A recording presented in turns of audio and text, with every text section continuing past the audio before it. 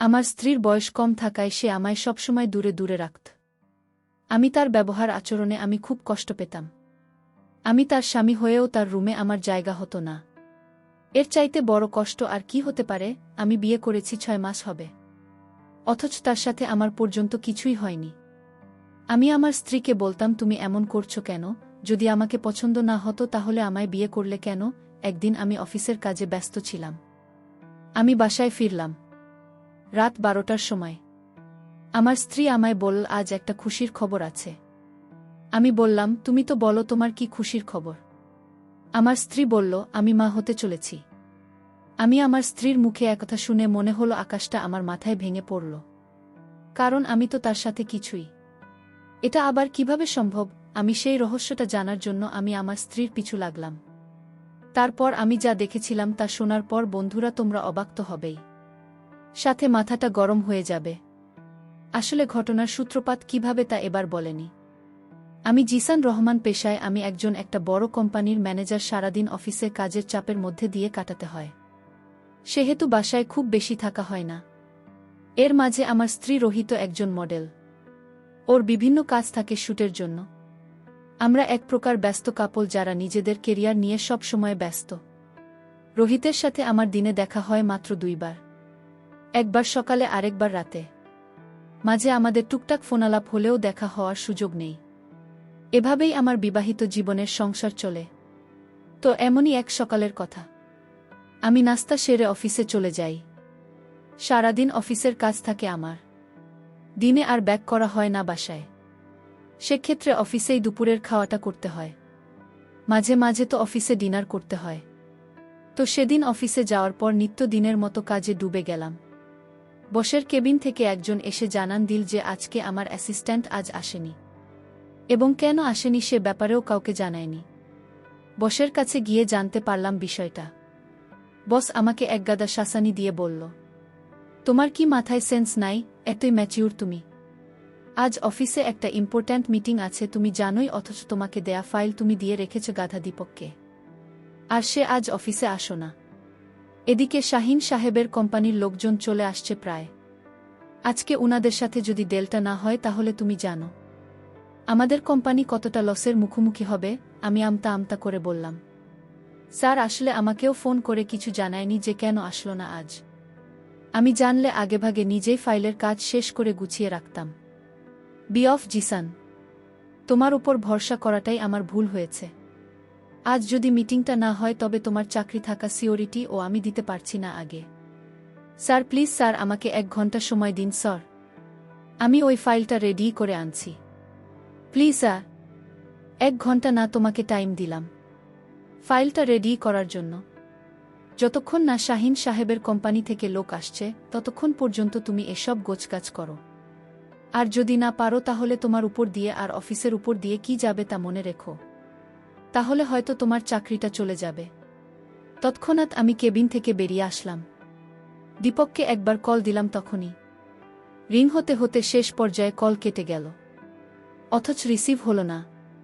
অন্য এক সিম দিয়ে আবার ট্রাই করলাম, না তবুও কল রিসিভ হলো না। কি করব ভাবতে ভাবতে মনে করলাম যে দীপকে ফ্ল্যাটে যায়, হয়তো অসুস্থতায় পড়েছে, তাই ফোনও রিসিভ করতে পারছে না। এদিকে সময় গড়াচ্ছে যে কোনো সময় মিস্টার শাহিনের কোম্পানি থেকে অফিসাররা চলে আসতে পারে। এই ভেবেই সাথে সাথে অফিস থেকে গাড়ি নিয়ে বের হলাম। উদ্দেশ্য দীপকে ফ্ল্যাটে। গ্যারেজ থেকে গাড়ি নিয়ে সোজা চললাম ওর বাসার উদ্দেশ্যে। সম্পর্কে দীপক আমার ছোট ভাই, আমাদের গ্রামেরই এক প্রতিবেশী চাচার ছেলে। পড়ালেখায় দক্ষ হওয়ার পরও তার কোথাও চাকরি হচ্ছিল না বিধায় তার বাবা আত্মহত্যা করেছে বছর আগে। তারপরে ওকে কেউ কোনো চাকরি দিচ্ছিল না। এই ঘটনার পর আমি আমার কোম্পানির সিইওর সাথে কথা বলে এখানে চাকরি নিয়েই ও আমার অ্যাসিস্ট্যান্ট ম্যানেজার জবটা পায়। কাকলিতে একটা ফ্ল্যাট নিয়ে দিকে। তারপর থেকে ওর জীবন চলছে চলবার মত। আগের দিন আমাদের কোম্পানির সাথে ঢাকার অন্যতম ব্র্যান্ডেড কোম্পানির এলটাচ ইন্ডাস্ট্রি থেকে একটা কোলাবোরেশন অফার করা হয়। এটা যদি হয়ে যায় তাহলে এক লাফে আমাদের কোম্পানি আকাশে উঠে যাওয়ার মতো সাফল্য পেয়ে যাবে। রিয়াল টাচের সিইও শাহিন রহমান সাহেব জানায়, আজ তাদের কোম্পানির লোকেরা আমাদের সাথে মিটিং করতে আসবে। আমরা যে নিজেদের কোম্পানির জরুরি বা ইম্পর্ট্যান্ট কাজগুলো ফাইল করে তাদের সামনে উপস্থিত রাখি। এমনই একটা কাজ আমায় দিয়েছিলেন বস। একটা ফাইলে আমাদের কোম্পানির বেশ কিছু কাজ করে রাখার জন্য বলেছিলেন, আর আমার অধিক কাজ থাকায় সেই কাজটা দিয়েছিলাম আমার অ্যাসিস্ট্যান্ট দীপককে। ও আজ সকালেই কাজটা করে অফিসে আসার কথা থাকলেও আসেননি। তার জন্য আজ বসের সামনে অপমানিত হলাম। যাই হোক, 30 মিনিটে পৌঁছে গেলাম দীপকে ফ্ল্যাটে। ওর ফ্লোর 4 তলায় হওয়াতে লিফটে করে উঠে গেলাম। দীপকের ফ্লোরের একটা বিকল্প চাবি সবসময় আমার কাছে থাকে। কয়েকবার নক করে যখন কোনো রেসপন্স পেলাম না, তখন আমি বিকল্প চাবি বের করে দরজা খুলে ভেতরে প্রবেশ করলাম। ভেতরে আসতে একটু অবাক হলাম। দরজার সামনে এক জোড়া জুতা উল্টে আছে, যেটা একজন মেয়ে মানুষের। দীপকের ফ্ল্যাটে মেয়ের জুতা বিষয়টা মেনে নেওয়া সহজ ব্যাপার না। ওকে আমি খুব ভালো করে চিনি, কোনো মেয়েকেও ফ্ল্যাটে নিয়ে আসবে এমনটা ওর পক্ষে সম্ভব না। তাহলে মেয়েদের জুতা কেন এখানে? তার কি কোনো আপনিও এসেছে গ্রাম থেকে? কিন্তু আসলে তো সে আমাকে অন্তত বলতো। জুতাটা পা দিয়ে উল্টিয়ে দেখলাম, না, এসব জুতা গ্রামের মেয়েরা পরে না। এসব জুতা বলল ঘরের মেয়েরা পায়ে দেয়। আর আমার জানামতে কোনো হাই ক্লাস মেয়ের সাথে দীপকে ওঠা বসা নেই। তার মানে কি দীপক আসলে মেয়ে নিয়ে এসেছে? তখনও আসলে আমি ভাবিনি যে আমার জন্য এমন একটা চমক অপেক্ষা করছে। চুপচাপ দরজাটা লক করে এক এক করে রুম চেক করা শুরু করলাম। প্রথমে ড্রয়িং রুমে উকি দিলাম না, এখানে কেউ নেই। কিন্তু দুইটা জিনিস চোখে আটকালো আমার। দেখতে পেলাম লাল রঙের জামা পরার একটা। মনের ভিতরে একটা ভয় আষ্টেপৃষ্ঠে জড়িয়ে ধরল আমাকে। এক মুহূর্তে দীপিকার প্রতি আমার বিশ্বাস তা চুরচুর করে ভেঙে গেল। বের হয়ে বেডরুমের দিকে পা বাড়ালাম। আমি জানি দীপক আর ওই মেয়েটা ওখানে হয়তো আছে। ভাবলাম যে তাদেরকে আমি দেখতে চাই, এখানে কি করছে এই ভেবে দরজার কাছে এসে দাঁড়ালাম। সামান্য একটু ধাক্কা করে নিলাম দরজাটা। সেই অংশে চোখ লাগিয়ে ভেতরে দেখার জন্য উকি দিলাম। কিছুই দেখতে পেলাম না। ভাল হতো, বিছানার এক পাশে কাউকে দেখা যাচ্ছে। সাহস করে দরজাটা আর একটু খুললাম। দরজা ঠেলে দিলাম যাতে আমি রুমের ভিতরে সহজে ঢুকতে পারি। এবার ভেতরে গেলাম, যা দেখলাম, ব্যাস এটুকুই যথেষ্ট ছিল আমার জন্য। চোখের চাহানিতে এমন দৃশ্য দেখে ফেললাম যা হয়তো কোনো পুরুষ কোনো দিন দেখতে চায় না। দীপকের রুমে আমার স্ত্রীকে দেখতে পেলাম, তার গল্প করছে। এখানে আমার স্ত্রী কি করছে তা নিয়ে ভাবতে লাগলাম। দুজনের মাঝে খুব ঘনিষ্ঠ মনে হল। বুঝলাম যে তারা এক অন্য জগতে চলে গেছে। মাথাটা আমার চিঠি দিয়ে উঠল। তখনই যেন মাথা ঘুরে পড়ে যাব এমন অবস্থা। ওরা দুজনই এক পাশে তাকিয়ে ছিল বলে আমার দিকে হয়তো খেয়াল করেনি। দরজাটা আস্তে করে বাইরের দিক থেকে টেনে দিয়ে বাইরে চলে এলাম। আমি তখনও বিষয়টা মানতে পারছিলাম না। দরজার পাশের দেয়াল ঘেঁষে বসে পড়লাম। তখনই মাথা ফেটে যাচ্ছিল যন্ত্রণায়, এই যেন মাথাটা 2 ভাগ হয়ে যাবে। ঘড়ির দিকে তাকালাম, প্রায় 1 ঘন্টা পার হয়ে গেছে অফিস থেকে বেরোনো। এক মুহূর্তে সেই দৃশ্যটা ভুলে যাওয়ার চেষ্টা করলাম, কিন্তু পারছিলাম না। আমার স্ত্রী এমন হতে পারে মানতে পারছিলাম না কোনোভাবেই। তবুও নিজেকে অনেক কষ্টে মানিয়ে দীপকে স্টাডি রুমে গেলাম। শয় বইয়ের মাঝে ওই ফাইলটাকে খোঁজার চেষ্টা করছিলাম। প্রথমে খুঁজে না পেলেও এক সময়ে সেটা খুঁজে পেলাম। বের করে দেখলাম যে ভেতরকার কাজ শেষ করে ফাইলটি রেডি করে রেখেছে। দেরি না করে ফাইলটা নিয়ে বাইরে বেরিয়ে এলাম। দরজা দিয়ে বের হতে যাব। এ সময় রোহিতের কথা অনেক বেশি মনে পড়ছিল। তার সেই দৃশ্য আমার চোখ থেকে কিছুতেই পড়ছে না। শেষবারের মতো আরেকবার দরজাটা আলগা করে ভেতরে উকি দিলাম। আমি ভাবলাম তারা কি করে সেটা আমার জানতে হবে। তার আগে আমার ফাইলটা অফিসে নিয়ে যাওয়া খুবই জরুরি। দেরি না করে বের হয়ে আসলাম সেখান থেকে। মাথার একপাশে ব্যথা শুরু হয়ে গেছে মনের মাঝে। এক প্রকার চিন্তা জেঁকে বসেছে চোখের কোণায়। জলগুলো যে ঝরনা হয়ে রয়েছে। পাতা বন্ধ করে স্রোত বইতে শুরু হয়। পাতা খুলে দিলে রিমঝিম করে জানবে পড়ে। বসকে কল করে বললাম যে দীপক অনেক অসুস্থ, আরও কাজটা করে রেখেছে। আমি তা নিয়ে আসছি। বসে থেকে জানলাম যে তারা এখনও আসেনি। আমাকে তাড়াতাড়ি অফিসে ব্যাক করতে বললেন তিনি। চোখে জমা পানিগুলো মুছে বের হয়ে যাচ্ছিলাম ফ্ল্যাট থেকে। একটু প্রত্যাশা ছিল যে রোহিত হয়তো পিছন থেকে হঠাৎ একটা ডাক দিবে আর এসে বলবে যা দেখেছি তা সত্যি নয়। কিন্তু এমন কিছু হওয়ার সম্ভাবনা নেই। অগত্যা আশা ছেড়ে ফাইল হাতে নিচতলায় নেমে এলাম। গাড়ি নিয়ে আবার অফিসে ব্যাক করলাম। এরপর একে একে অফিসের সব কাজ শেষ হলো। আমাদের কোম্পানি টার্ন করেছে। এখন কোম্পানির অ্যামাউন্ট তুঙ্গে। কয়েকদিনের মাথায় হয়তো আমিও প্রমোশন পেয়ে যাব। এসব শেষ করে রাতে বাসায় ফিরলাম। যখন তখন ঘড়িতে 10:30। দরজার সামনে দাঁড়িয়ে অপেক্ষা করছিলাম আমি। রোহিত এসে দরজা খুলে কেমন মুখ নিয়ে আমার দিকে তাকাবে, আর আমি কোনো চোখে তাকে দেখব, এসব ভাবতে হলো না বেশিক্ষণ। রোহিত দরজা খুলে দিল। চেয়ে দেখলাম তার দিকে। চেহারায় সেই হাসি সুস্পষ্ট। আমার গোমড়া মুখ দেখে সে বলল, ঘরে ঢোকার আগে তোমায় একটা সুখবর দিয়ে নিই। আমি চোখ দিয়ে ইশারা করে জানান দিলাম, কি? রোহিত বলল, আমি মা হতে চলেছি গিয়ে। সেটা শুনে আমার মনে হলো আকাশ ভেঙে পড়ল আমার মাথায়। চোখ দুইটা নিমেষেই বন্ধ হয়ে গেল আমার। তবে কি এটাই হওয়ার ছিল? রনিতা যখন আমাকে বলল যে সে মা হতে চলেছে, ওই মুহূর্তটা যেন পুরো পৃথিবী কয়েক সেকেন্ডের জন্য থমকে ছিল বলে মনে হচ্ছিল আমার। আকাশে বাতাসে ছড়ানো হাওয়া যেন একদম নিস্তব্ধ নিশ্চুপ হয়ে পড়েছিল।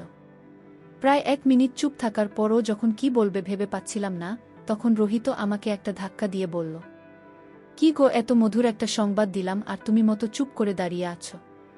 আমি এবার বাস্তবে আসলাম। আমতা আমতা করে বললাম, হ্যাঁ, এটা তো আসলে খুশির খবর গো।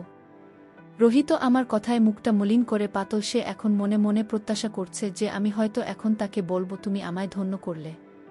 কিন্তু আমি বাস্তবতা জানি। উপরে উপরে অভিনয় করা খুব নিখুঁত আকারে শিখেছে আমার স্ত্রী। আমাকে আজকাল ঠকাতে তার মনে লাগে না হয়তো একটু। হয়তো পুরনো হয়ে গেলে মানুষ বিরক্ত হয়ে বিকল্প পথ বেছে নেয়। কিন্তু রোহিতের ক্ষেত্রে তা ভিন্ন ছিল। ও একদিক দিয়ে আমাকে খুব ভালোবাসত, কিন্তু আমাকে ফাঁকি দিয়ে কি করত এটা আমি ভাবতে পারছি না। মলিন চেহারা নিয়ে কিছুক্ষণ গেটে দাঁড়িয়ে থাকার পরও আমি তাকে কোনো রেসপন্স দেখছিলাম না। এভাবে দাঁড়িয়ে থেকে প্রায় 10 মিনিট পার হয়ে গেল। আমি বাইরে দাঁড়িয়ে আর দরজার ভিতরে দাঁড়িয়ে আছে রুহিতা। হঠাৎ লক্ষ্য করলাম পাশের বাসার প্রতিবেশীরা তাদের জায়গা থেকে আমাদের কাণ্ড দেখছে। ব্যাপারটা আমার নজরে পড়ার পরপরই রোহিত টের পেল। আঙুল দিয়ে চোখের পানি মুছে ভেতরে চলে গেল। আমিও আর বাইরে দেরি করলাম না, বিধায় ভেতরে এসে দরজা আটকে দিলাম। খেয়াল করলাম যে রুহিতা কোথায় গেল। আশপাশ খুঁজে দেখলাম কোথায় আছে ও। পরে বুঝলাম যে বেডরুমের দরজা আটকিয়ে ভেতরে চলে গিয়েছে। তখন আর দরজার কাছে গিয়ে ভেতরে কান পেতে দিলাম।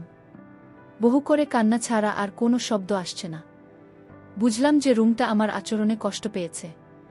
হয়তো সংবাদ অনুযায়ী আমার কাছে একটু বেশি ভালো আচরণ এক্সপেক্ট করেছিল মেয়েটা। কিন্তু কি করব, যে মেয়েকে দিনের বেলা আমার ছোট ভাইয়ের সাথে। না, আর ভাবতেই পারছি না। এত সস্তা ভাঙা বিশ্বাসে আইল বাঁধা। এত সস্তা না মোটেও। রুহি তার উপর অত্যন্ত রাগ হচ্ছে। আমি তো জানি আমি অসুস্থ। ডাক্তার বলেছিল আমার কোনোদিন বাচ্চা হবে না, তাহলে সে কি করে মা হয়? আমি সেটা নিয়ে অনেক চিন্তায় পড়ে গিয়েছিলাম। কি করব কিছুই ভাবতে পারছি না।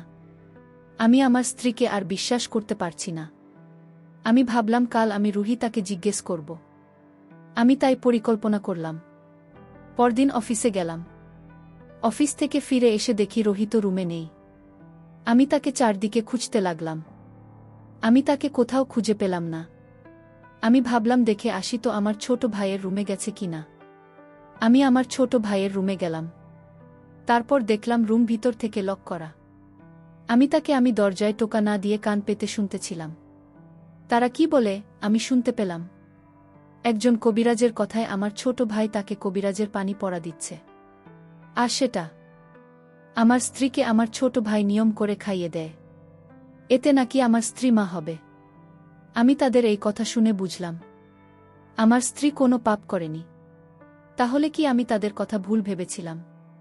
আমি দরজায় টোকা দিতেই তারা দরজা খোল আর বলল, ভাইয়া তুমি যা ভাবছ আমাকে আর ভাবিকে নিয়ে তা ভুল। কবিরাজের শর্ত ছিল যেই পানি পড়া তাকে তার স্বামীর ছোট ভাই খাওয়াতে হবে। তার স্বামী যেন দেখতে না পায়। যদি দেখে ফেলে তাহলে কোনো কাজ হবে না। পানি পর আর কোনো মূল্য থাকবে না। আজ সে কবিরাজের চিকিৎসায় সে মা হতে চলেছে ভাইয়া। আমি তাদের কথা শুনে চোখের পানি ধরে রাখতে পারিনি। কারণ আমি আমার স্ত্রীকে আমার ভাইকে সন্দেহ করছিলাম। তারা তো আমার উপকার করেছে। প্রিয় বন্ধুরা, গল্পটি ভালো লাগলে অবশ্যই কমেন্ট করে জানাবেন। আর নিয়মিত এমন আলাদা স্বাদের গল্প শুনতে ভিডিওটিতে লাইক এবং চ্যানেলটিকে সাবস্ক্রাইব করে সাথেই থাকুন। আর হ্যাঁ, নোটিফিকেশন বেলটি অল করে রাখবেন, যাতে পরবর্তী গল্প সবার প্রথমে আপনাদের কাছে পৌঁছে যায়। ধন্যবাদ বন্ধুরা, ধন্যবাদ সবাইকে।